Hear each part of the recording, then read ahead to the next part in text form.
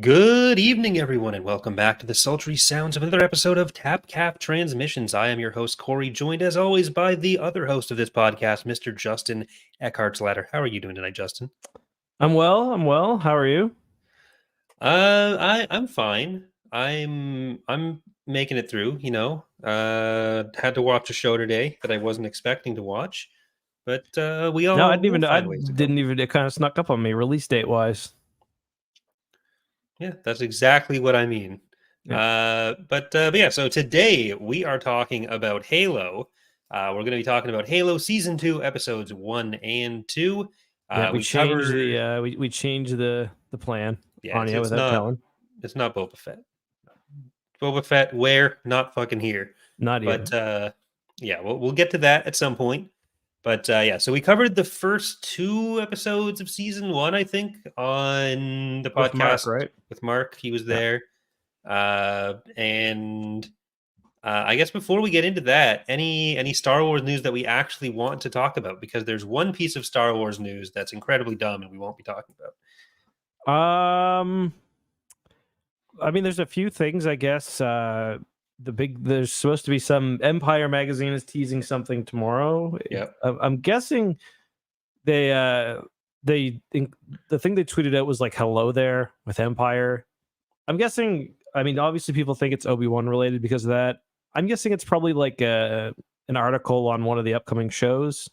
But yeah, either that or some kind of retrospective. Like it's. Would they tease that though? That because I definitely understand that. But would they tease a retrospective? Probably not. But I don't know. I just don't know what would be announced in Empire like that. But so yeah, that's why I think it's probably not something new because that was they kind of did all their big announcements like yesterday. So I don't think it's anything new. Yeah, I'm guessing it's maybe like a preview for the Acolyte. That'd be my guess because that's the next show, right? It's probably a safe bet, but After I mean, it's just weird to use "hello there" for. I mean, I guess it's just "hello there," so just it's a Star Wars thing. Yeah. So yeah, I think Star Wars color. 4 p.m. GMT, so should be at 11 a.m. Eastern time. Yep. And then how some of you sads actually rolling out of bed. Pathetic. Charlie will be rolling out of bed. Yeah. But we also had the announcement of another partnership or a bigger partnership between Disney and Epic Games, making a series of new games that are powered by Fortnite, connected new to experiences Fortnite at least. New experiences, yes. Yeah. Yeah, it seems like they want to use Fortnite as a game engine for different things, which just based on what they've done already with like the Lego situation. Where they have got like the Lego build survival mode game. Yeah, I forgot that was in Fortnite. That is pretty damn cool as well. Yeah, I'm guessing it'll be like a Star Wars version of that. They already like people already make their own custom scenarios in Fortnite all the time. Like my guess is they're trying to do like a Roblox thing where it's like pretty community generated. I think the difference with the official partnership is you can make it so everybody who plays this has to be a stormtrooper, or like you can have like official sounds and official modes. So probably really exciting for the next generation of fans. For me, not as big on it, but pretty big news nonetheless. Yeah, like we've been saying for a long time here that something live service is really missing from the Star Wars gaming sphere right now, and with this and Hunters coming up, which they have said there. Well, they is it Take-Two? No, I don't know, maybe, but the publisher is saying they're happy with it. With what's happened in soft launch, so it's allegedly coming out this year, but that's been said for the last 4 years. And so it's like it's coming out this year, but it's a game designed for 2020. You know what I mean? Yeah. Like. I don't know. I think that's going to be a pretty big flop, but I guess we'll see. The other news was, I guess we did get some, I mean, not a confirmation, but we did get an update from I guess it was the earnings call yesterday. Kind of gave us the slate of future Disney movies. So 2026, we're supposed to get 2 movies, one in May, which is apparently the Grogu Mandalorian one. and then also one in December, and then a subsequent movie in 2027. So I assume the one in December is meant to be the Rey movie, and then 2027 meant to be Heir to the Empire, if that's the true name.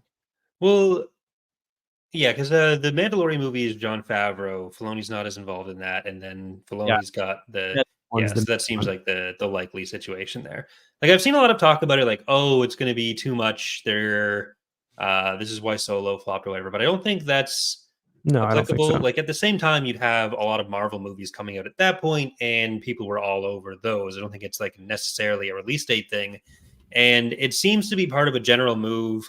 Like at that point, you start moving towards streaming shows. Now there seems to be a move away from streaming shows, so it's not like Yeah, there's going to be 16 shows plus these two movies. It's entirely possible that there's going to be like one other show earlier in the spring and then just those two movies for new Star right. Wars screen content.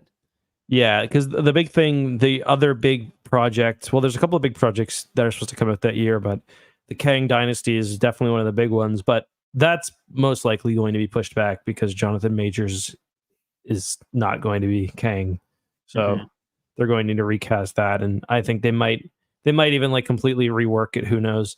That being said, I also wouldn't mind. I don't think the movies are destined to do poorly if they're released in the same year, but I also wouldn't mind if we did 26, 27, 28 instead of 2 and 26. I think that would be fine.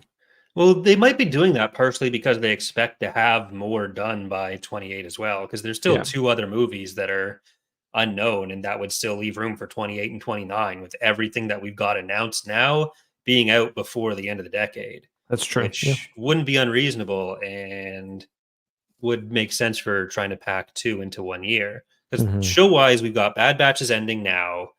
Tales of the Jedi is coming this year, maybe next year. We Cool. were I forget what we determined last Hmm. time, but like all the shows that we know of are kind of done or going to be done by the end of next year.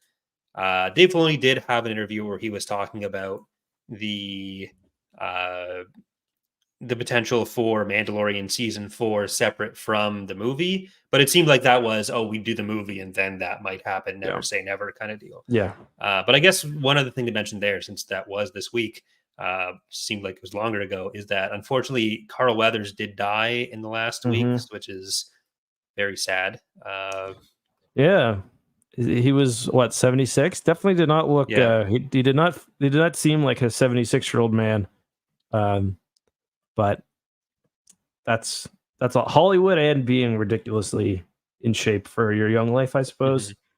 Mhm. But yeah, it's sad. I'm not, and I'm not sad to lose the character like I was with Balin. I'm perfectly fine actually with his character kind of being retired and being, it kind of his character going away kind of signifies the end of, arc 1 or Yeah. to me now. So I'm not really upset about that because I really like what he did with the character and I would have been happy to have more of it, but just he it was nice to have him around. And he was also, some people forget this, he was also a director for several episodes. I Yep. think he directed the one where they break into the Imperial base and they find those like clones. I really liked that episode. I believe he directed that one in season 2. I think it was season 2, episode 5 or 6. Yeah. Anyway, just a shame, obviously. Not just from Star Wars, Predator, the Rocky movies, Arrested Development, the NFL. What can you say? I think he played in the CFL as well. Yeah. So another sad loss for the wider community here, and of course Yeah. his family. That's Yeah. the more important part. But yeah, so just wanted to mention that as well before we move on to other topics. But there's also on the movie subject. Donald Glover has been talking more about Hmm. doing the Lando movie, which does seem to be going forward Movie or now as show? well. I think it's a movie now. Oh, Like okay. I think it's been talked about as a movie now. Okay. So Yeah, I really like the idea of that one. And you probably read the same article from the Hollywood Reporter as I did, where he talks about how he wants to have his vision drive the show. yeah, and totally, like, I totally agree with that. Like, there were a lot of elements of episode 8 that I wasn't a huge fan of, but like, I love that it's somebody's vision. Where episode 9 or even episode 7 definitely felt like they were a bit more designed by committee or to hit boxes. Um, so whether his vision is good or bad, I like that it's somebody. It's kind of funny if you like look at the episode 8 concept art, the art book compared to like even episode 7 or episode 9. Pretty much he knew what Ryan Johnson knew what he wanted pretty early on and delivered on his vision.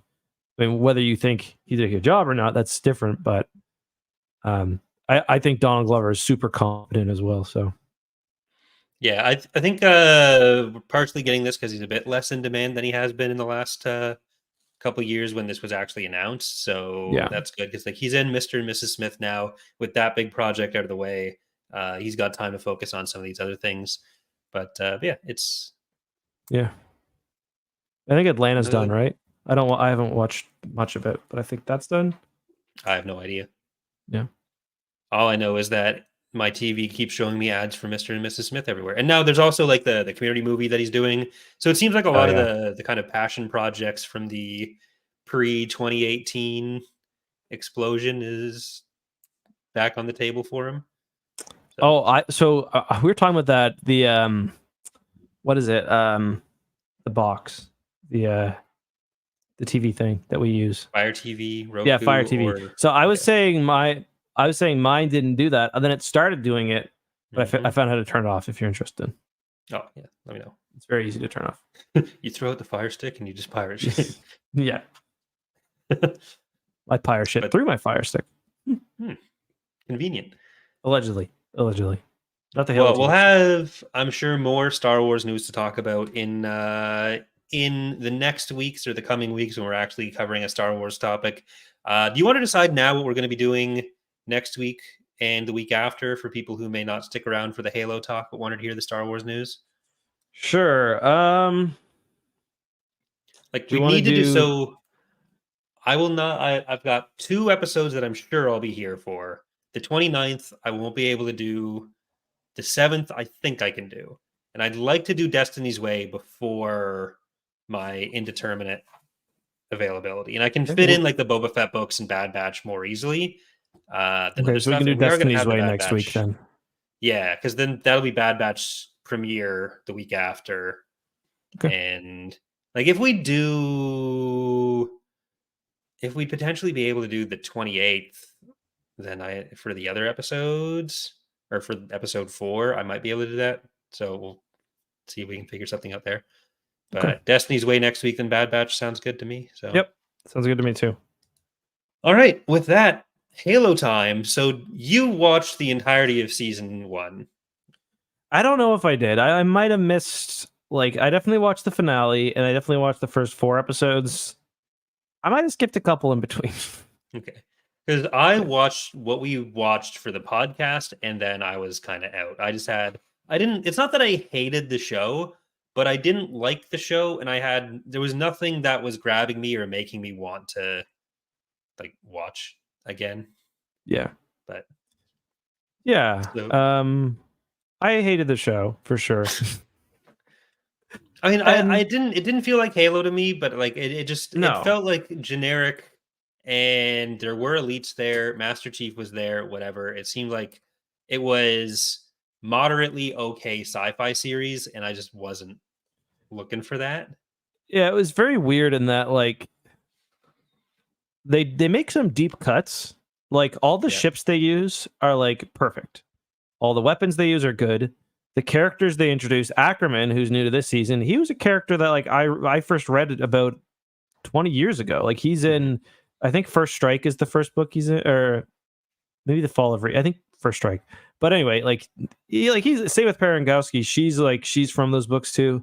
So I was like, okay, they're pulling these characters. You know, that's pretty cool. But then like they just missed the easy like.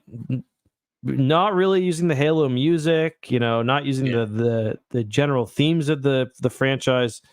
So yeah, I hated season 1, but the big thing going into season 2 was that they said, listen, didn't like season 1, give us another chance. We're gonna wipe the slate clean. We're doing a soft reboot. Not great after one season of show, but hey, and we're gonna try again. And they did try again, and I think they lied about everything else because it feels like the exact same show to me. I don't know. I feel like the tone is fairly different from what I remember in the first season. Like the first season did feel a bit more action adventure, whereas this Mm. almost feels like it's trying to be psychological thriller in some Yeah, ways, which I don't know. Like the thing for me, so I'm a relatively big Halo game fan, I'd say. yeah. Like I'm pretty familiar with it, but I've never engaged with any like books or other secondary sources. So a lot of that kind of stuff is kind of just lost on me. Mm. So while I did notice some of the things I'm peripherally aware of Yeah. from like Halo expanded universe concepts, so those pulls are kind of cool. It just there's nothing that really, if you're getting people coming in from the game, there's very little There's from like nothing that there. yeah, like it's to the point that Cortana being there and Cortana having Jen Taylor's voice almost feels jarring and out of place. I don't know if Yeah, I totally. that's No, I a feel that way too. Because it's like the yeah. one thing that feels like kind of accurate to like the actual experience of playing the game. Yeah. Like I'm perfectly happy for adaptations to be something different from the source material, or else like not every adaptation is trying to be this is this story within the universe. But I don't the show doesn't feel like it knows what it wants to be. And like I understand the idea of wanting to have the psychological thriller story, but like the Covenant War feels so secondary to anything going on that I mean, I if you're doing a soft reboot and I feel like I'm kind of lost on some of what's going on, that's Mhm. not great because as someone that did watch the first two episodes and is now coming back in here, like I don't know. I didn't feel any real attachment to any of the characters. Like Ackerman and Chief together was kind of like that was kind of interesting. Halsey's scenes with the I assume like projected girl that was dying on her every time. That Might be a like clone.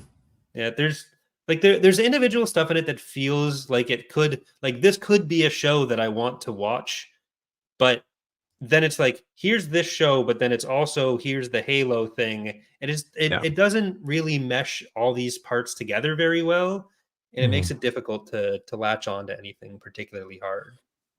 Yeah, I understand what you're saying. So you say that you don't require an adaptation to be that close to the source material. I totally get that. But when it comes to Halo, for me, I kind of do require that at this point. So there are a lot of people who were like caring about like, oh, Captain Keys is black or like it's technically a different timeline. Like I don't give a shit about that.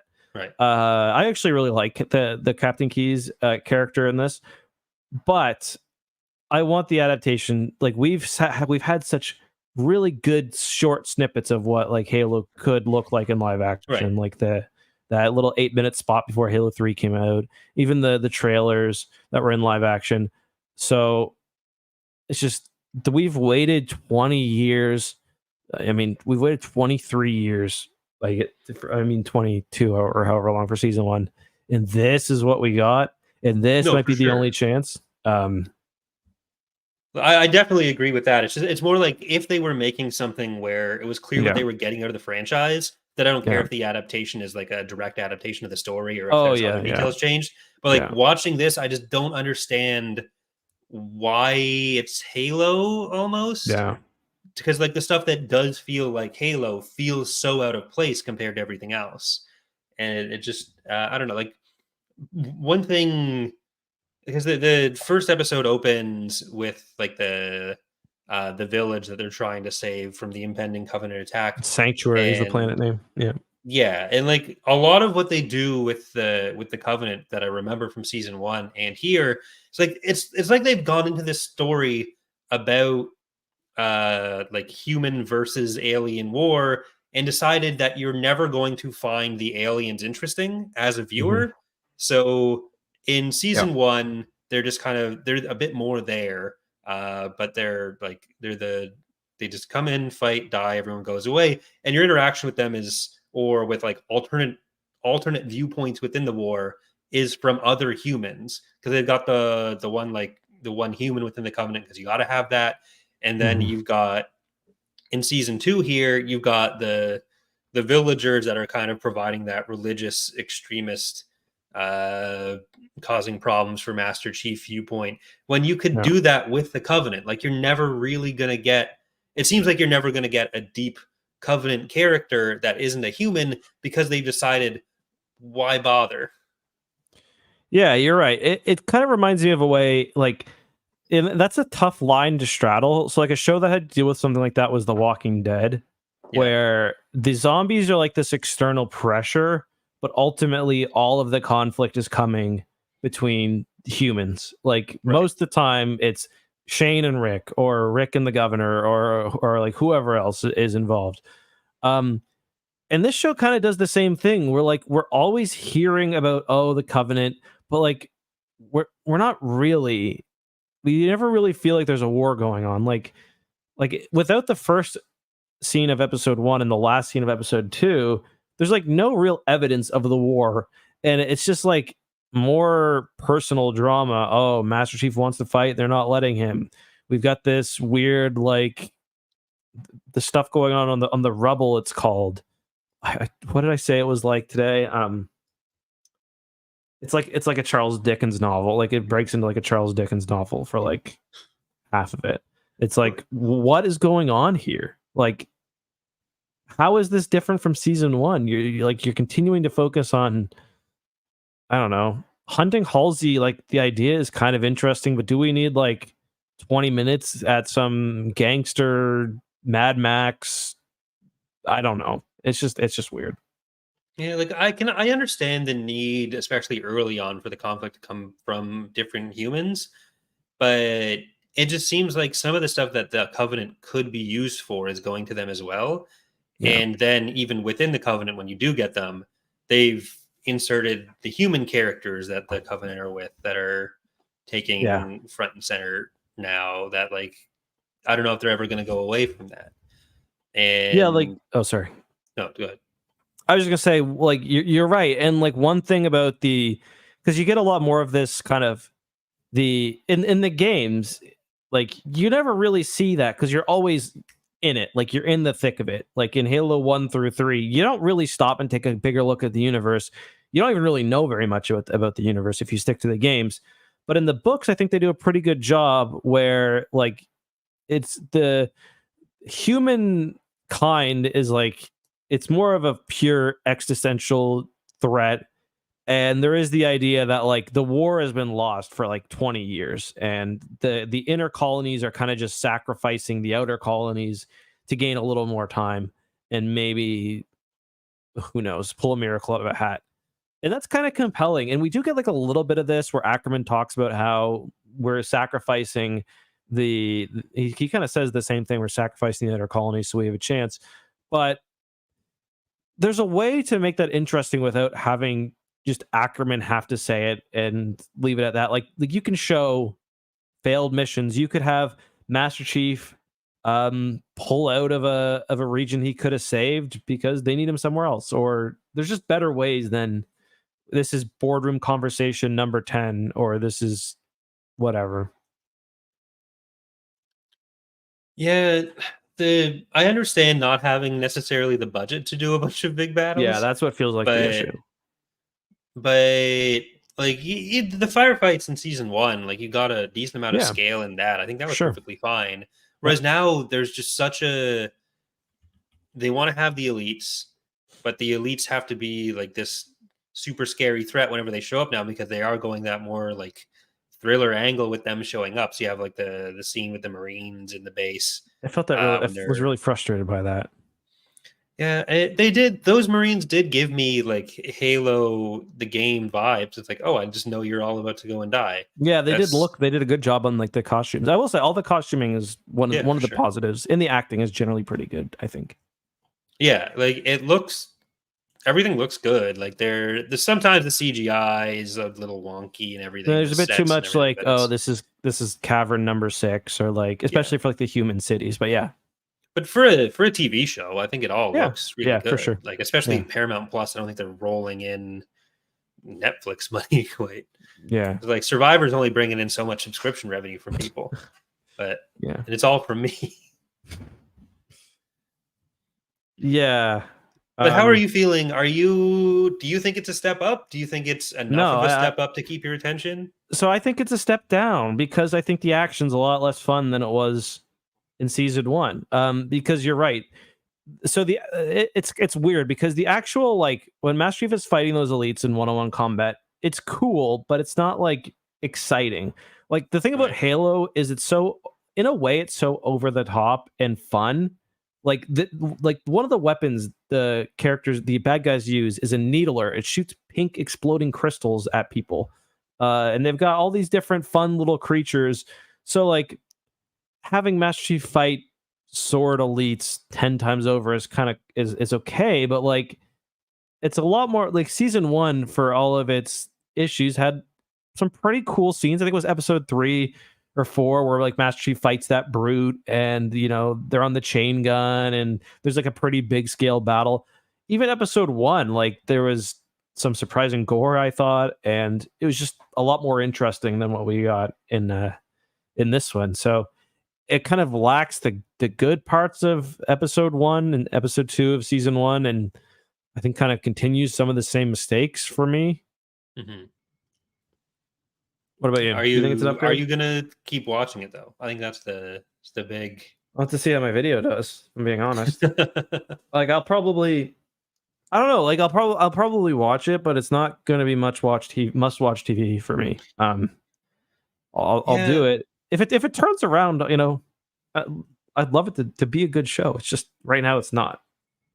I kind of wonder if they would have benefited more from doing a harder reboot, because like there's 6 months in the future, but if they went a little bit further away Yeah. and they just dropped all of those plot lines, because there is a lot that depends on context from season 1. Like I didn't know what happened to Halsey. I know who Halsey is because I'm aware of like the books and playing Halo Reach and stuff.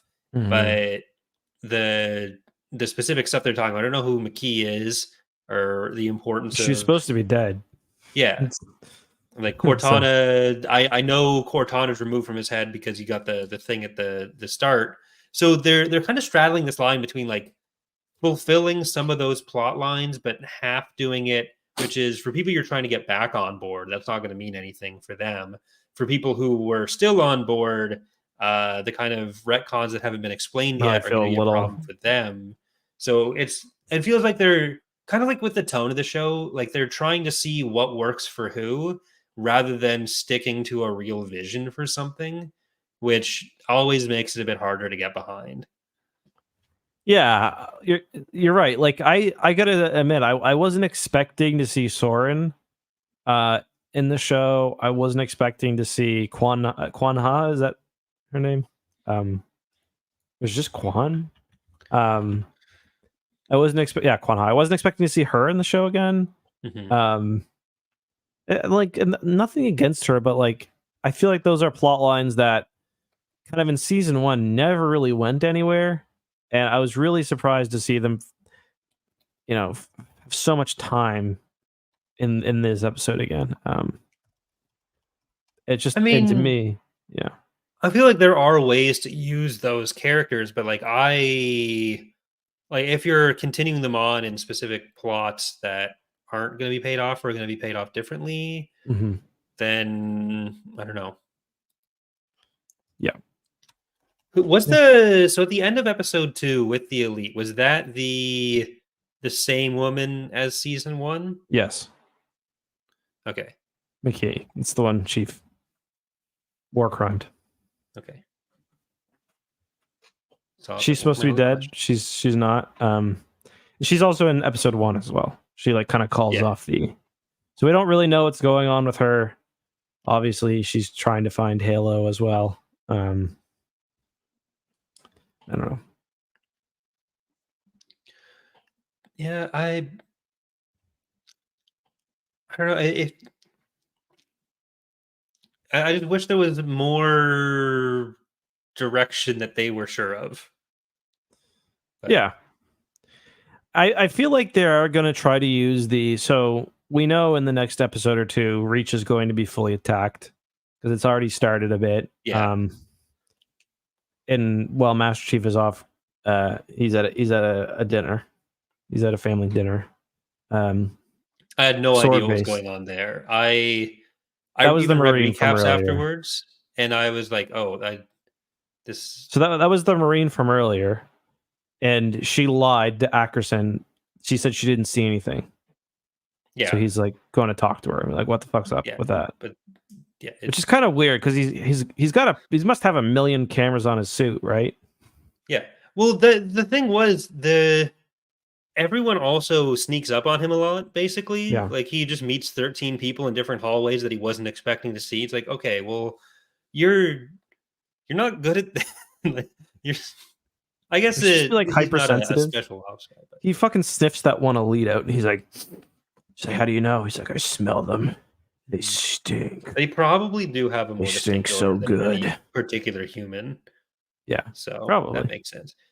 But I don't know, should there maybe force the teeth brush?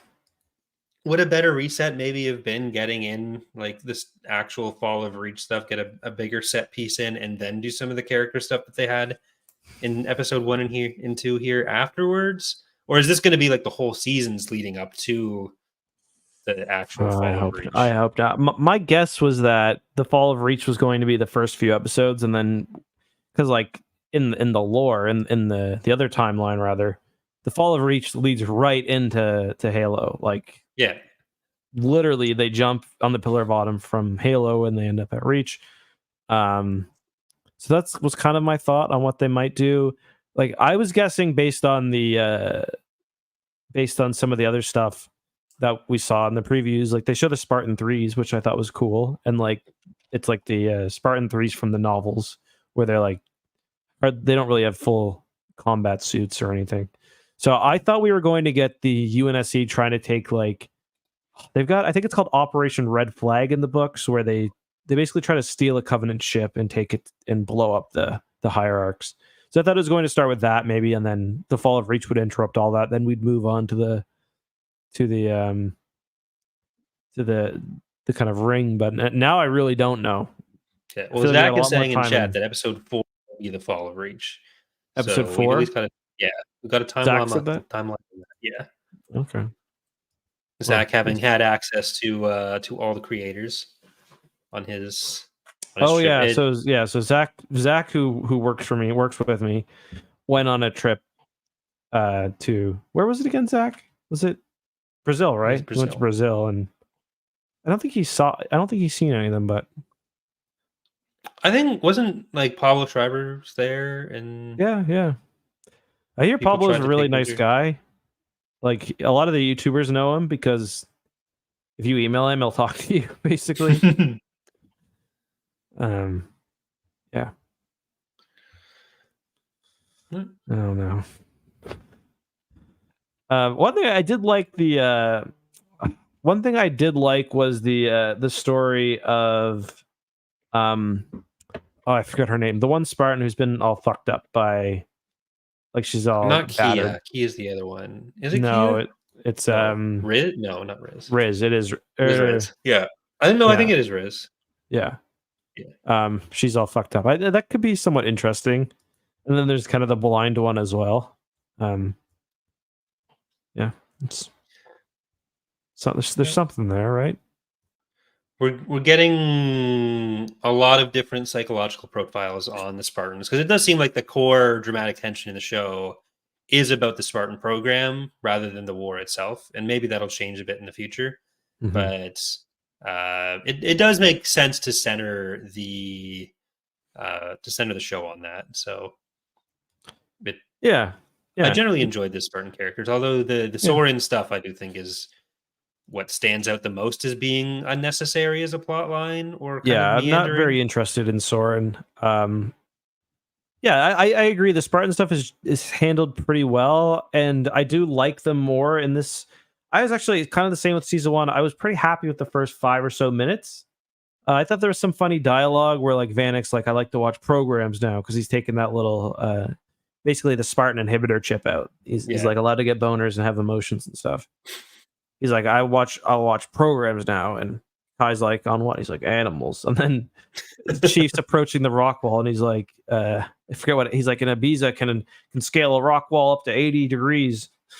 I just thought that was a funny little quip, but all the dialogue and battles in Halo is a signature part of the game. So yeah, nice the to get armor's that. cool.